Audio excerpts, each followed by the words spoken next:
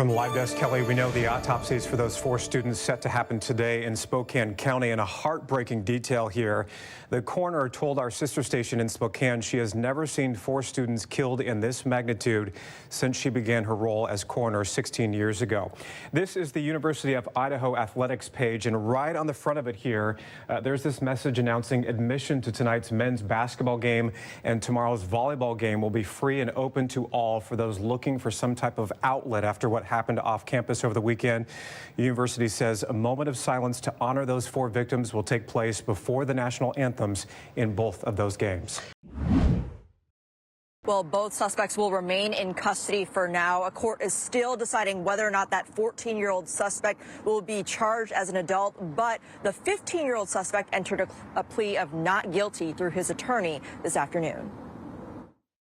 The family does not wish this pain of losing a son, a child, on anyone. Through a victim advocate in court, the family of 17-year-old Ebenezer Haile, who was killed in last week's shooting at Ingraham High School, pleaded with a judge to keep the 2 teens arrested in connection with the shooting behind bars. He loved everyone and was kind to everyone. So in his loving nature, he would bring friends over. I don't feel safe for myself or my family, and am grieving for my nephew. We need justice for my nephew. Prosecutors revealed in court initial testing on cartridge casings found in the school shooting were a preliminary match for the gun found in the 15-year-old suspect's backpack. An attorney for the 15-year-old argued he should be released to electronic home monitoring under the supervision of his parents. But it does make clear that he was not involved in the shooting, and it does say that he was outside the school at the time of the shooting. But in talking with officials at Ingraham High School, there were concerns brought up about not being able to get in contact with the teen's parents, as well as CPS allegations, to which the 15-year-old suspect's mother responded to in court. We never had any interaction with CPS. As he stated earlier, from the school, I don't know what that's about. I had phone issues a lot of times, but for the most part, we tried to keep up with the school. The judge ultimately deciding the 15-year-old would remain in custody for now. Meantime, we're told the decision whether or not to charge the 14-year-old accused shooter as an adult may be far down the line. If eventually there is a conviction, that does not mean that somebody would go to an adult population, an adult prison, and judges have the discretion under state law to sentence someone to what they feel is appropriate. The attorney representing the 14-year-old asking for privacy for the teen and his family. This is a tragic situation for everyone involved, and it's the beginning of a very long process for our client who's just 14 years old. And we're asking that everyone, and you all as members of the media, treat this process calmly and with respect and with privacy for our 14-year-old client and for the rest of his family.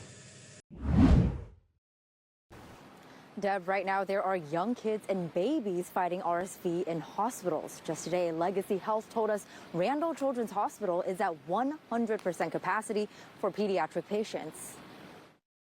RSV has been around for a while, but the conversation has ramped up recently as hospitals are filling up with patients. I'm very eager for an RSV vaccine, and I've heard really promising things about this one coming. University of Washington Medicine released information today about the new vaccine they're developing. According to the university, phase 1 of the trial tested healthy adults for the first time and is doing well. Next, they're testing a second vaccine that protects against both RSV and HMPV, human metapneumovirus, which is a related virus that also causes respiratory disease. I asked Multnomah County Health Officer Dr. Loeffler about this possible new vaccine. While optimistic, she says we should be careful about expectations. The people who have the most severe disease with RSV are the little babies.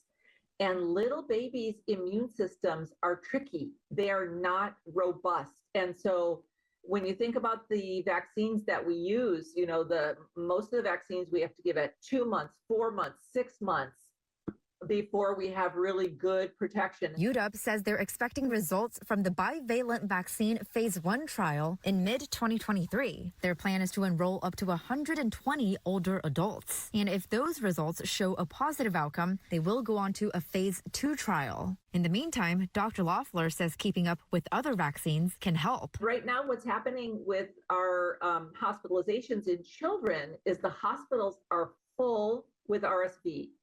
So even though the flu vaccine and the COVID vaccine won't prevent RSV, it will keep kids out of the hospital.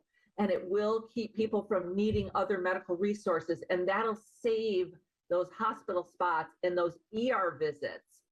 Hi, everyone. I'm Preston Phillips from KOMO News. Thanks for checking out the KOMO YouTube channel. You can see more of our videos right here by clicking on the video links for more news from the Seattle area and Western Washington. Oh, and don't forget to click the subscribe button below so you don't miss our YouTube updates.